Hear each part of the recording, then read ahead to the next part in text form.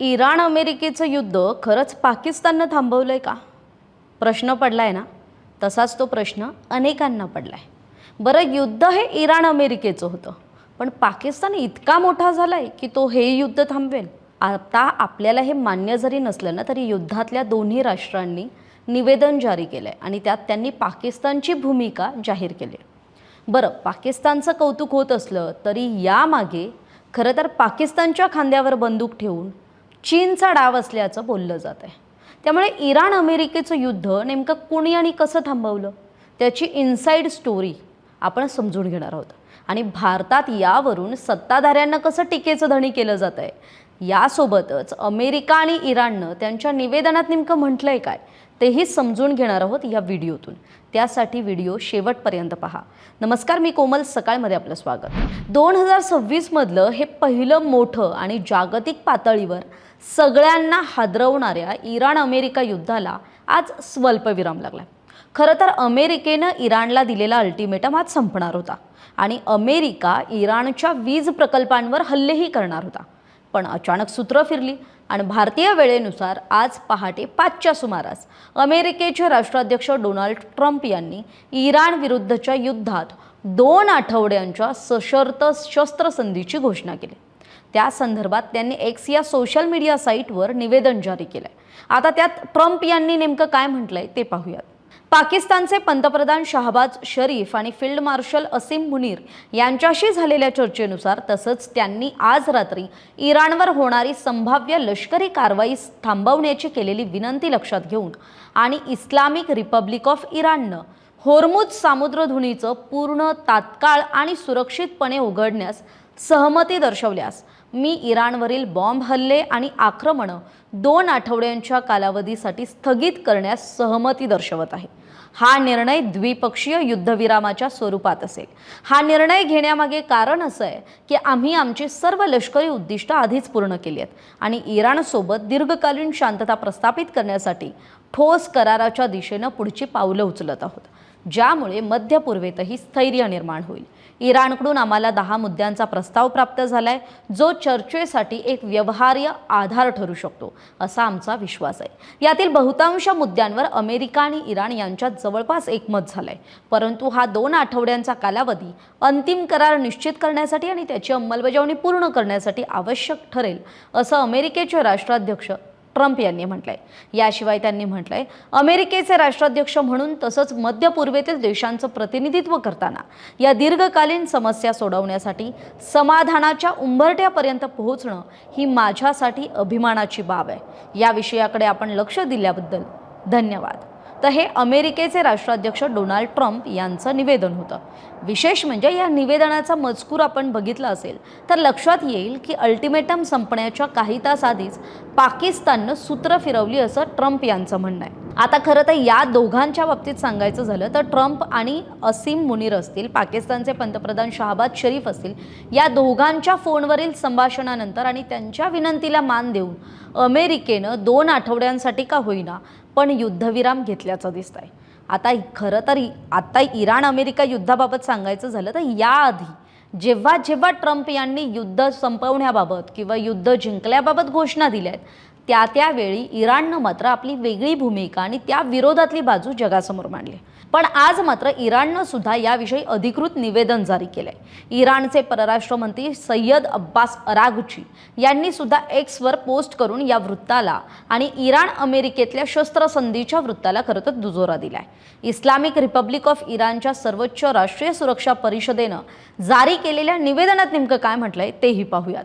Islamic Republic of इराणतर्फे मी माझे आदरणीय बंधू पाकिस्तानचे पंतप्रधान माननीय शहबाज शरीफ आणि माननीय फील्ड मार्शल असीम मुनीर यांचं आमच्या प्रदेशातील युद्ध संपवण्यासाठी केलेल्या अखंड आणि अथक प्रयत्नांबद्दल मनःपूर्वक आभारी आहे आणि त्यांच्याप्रती कृतज्ञता व्यक्त करतो. पंतप्रधान शरीफ यांनी त्यांच्या ट्विटद्वारे केलेल्या बंधुभावाच्या विनंतीला प्रतिसाद देत शिवाय अमेरिकेच्या 15 मुद्द्यांच्या प्रस्तावावर आधारित चर्चेच्या विनंतीचा आणि अमेरिकेच्या राष्ट्राध्यक्षांनी इराणच्या 10 मुद्द्यांच्या प्रस्तावाच्या सर्वसाधारण चौकटीला चर्चेचा आधार म्हणून मान्यता दिल्याच्या घोषणेचा विचार करून मी इराणच्या सर्वोच्च राष्ट्रीय सुरक्षा परिषदेच्या वतीनं खालील प्रमाणे जाहीर करतोय. जर इराण विरुद्धचे हल्ले थांबवण्यात आले तर आमचे शक्तिशाली सशस्त्र दल त्यांच्या संरक्षणात्मक कारवाया थांबवतील.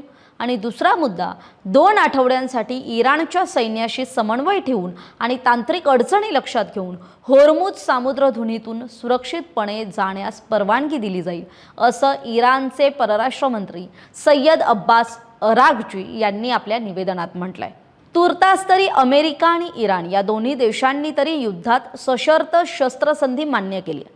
बरं, या युद्धात योग्य वेळ साधून संधीचा सुयोग्य फायदा करून विशेषतः अमेरिकेच्या पैशांवर, अमेरिकेच्या जीवावर जिवंत असलेल्या पाकिस्ताननं दोन्ही देशांच्या गुडबुक्समध्ये राहण्याची किमया साधली आहे. अमेरिका आणि इराण या द्विपक्षीय राजनैतिक संबंधांवर सुद्धा, वाटाघाटींवर सुद्धा 10 एप्रिलला पाकिस्तानातल्या इस्लामाबादमध्ये चर्चा होणार आहे. आता हे कसं होणार आहे, काय घडणार आहे हे बघावं लागणार आहे. पण पाकिस्तान हे आता इराण अमेरिकेचं युद्ध थांबवण्यासाठी मध्यस्थी राहणार आहे.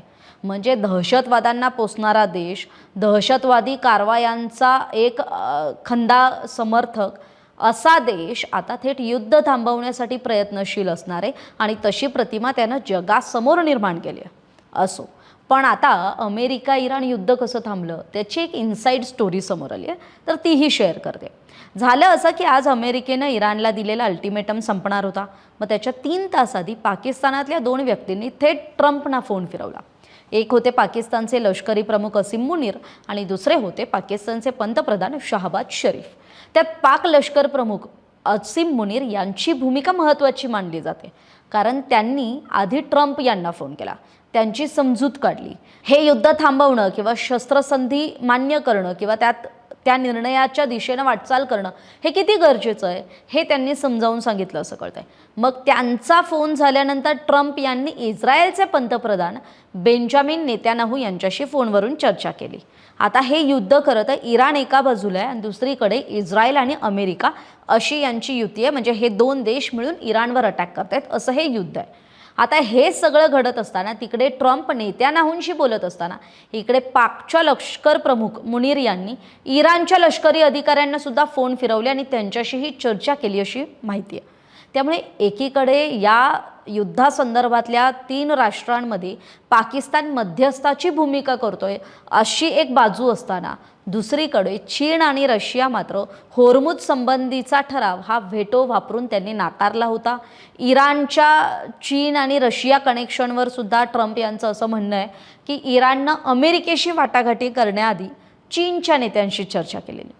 असो, पण इराणचा 10 मुद्द्यांचा प्रस्ताव असेल. पाकिस्तानी पंतप्रधानांनी लष्कर प्रमुखांच्या विनंतीला मान देऊन खरं तर ट्रम्प यांनी शेवटच्या क्षणी का होईना पण सशर्त शस्त्रसंधीबाबत निर्णय घेतला.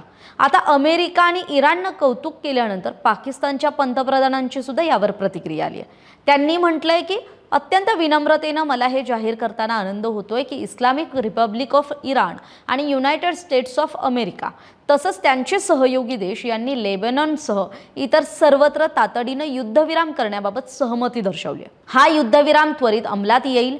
मी या सुज्ञ निर्णयाचं मनापासून स्वागत करतो आणि दोन्ही राष्ट्रांच्या नेतृत्वाप्रती माझी कृतज्ञता व्यक्त करतो. तसंच सर्व वाद मिटवून एका निश्चित करारापर्यंत पोहोचण्याच्या उद्देशानं पुढील चर्चा करण्यासाठी मी त्यांच्या शिष्टमंडळांना म्हणजे अमेरिका आणि इराणच्या शिष्टमंडळांना शुक्रवारी 10 एप्रिल 2026ला इस्लामाबादला भेट देण्याचं निमंत्रण देतो.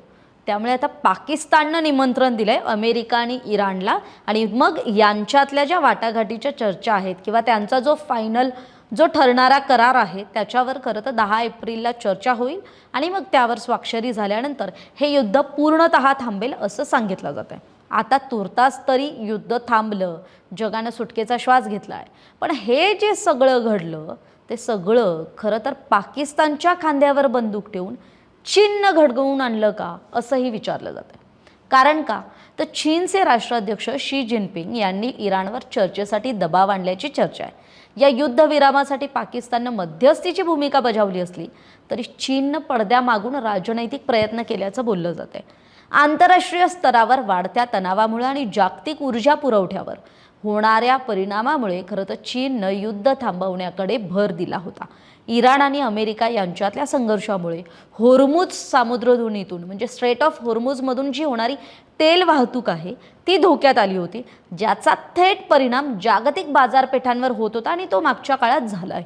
त्यामुळे चीनसारख्या मोठ्या आयातदार देशाला ही परिस्थिती नियंत्रणात आणण्यासाठी महत्त्वाची भूमिका घेणं गरजेचं होतं, जी त्यांनी घेतलेली दिसते.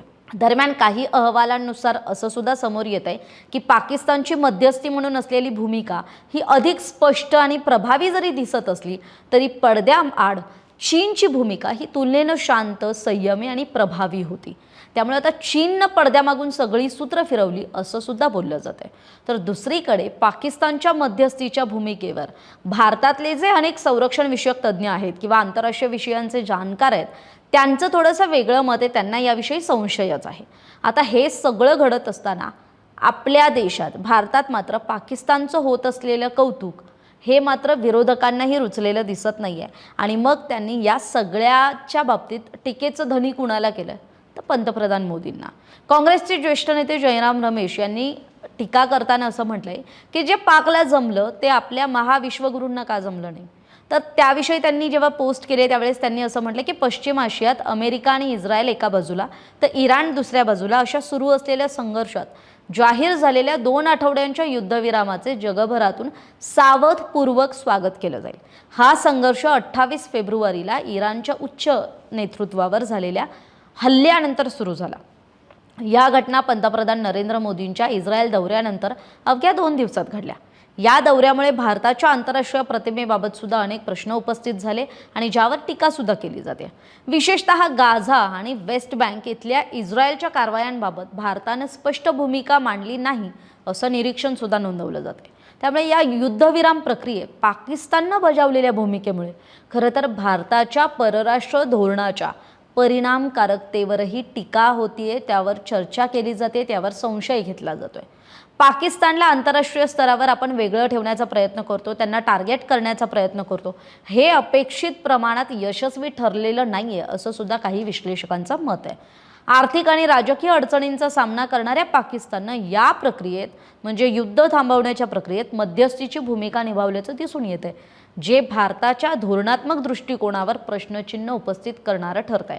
एकूणच या युद्धविरामामुळे जागतिक स्तरावर काही प्रमाणात दिलासा निर्माण झाला असला तरी या संपूर्ण घडामोडींमुळे भारताच्या परराष्ट्र धोरण आणि नेतृत्वाच्या भूमिकेबाबत विविध प्रश्न उपस्थित होत आहेत असं जयराम रमेश, जे काँग्रेसचे खासदार आहेत, ज्येष्ठ नेते आहेत, त्यांनी म्हटलंय.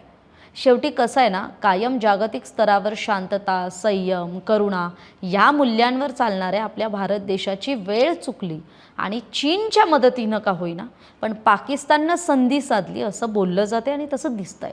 तरी हा युद्धविराम जो अमेरिका आणि इराणमध्ये आत्ता तुर्तास तरी झालेला आहे, तो पुढच्या काळात टिकेल का याविषयीची आपली मतं कमेंट करून जरूर सांगा. आणि खरंच पाकिस्ताननं युद्ध थांबवलंय का, म्हणजे जे अमेरिकेकडून इराणकडून जे दाखवलं जातंय, जे त्यांनी निवेदनातून अधिकृतरित्या दाखवलं जरी असलं तरी खरंच पाकिस्ताननं अमेरिका आणि इराणचं युद्ध थांबवलंय का याविषयीच्या आपल्या प्रतिक्रिया कमेंट बॉक्समध्ये नक्की कळवा. धन्यवाद.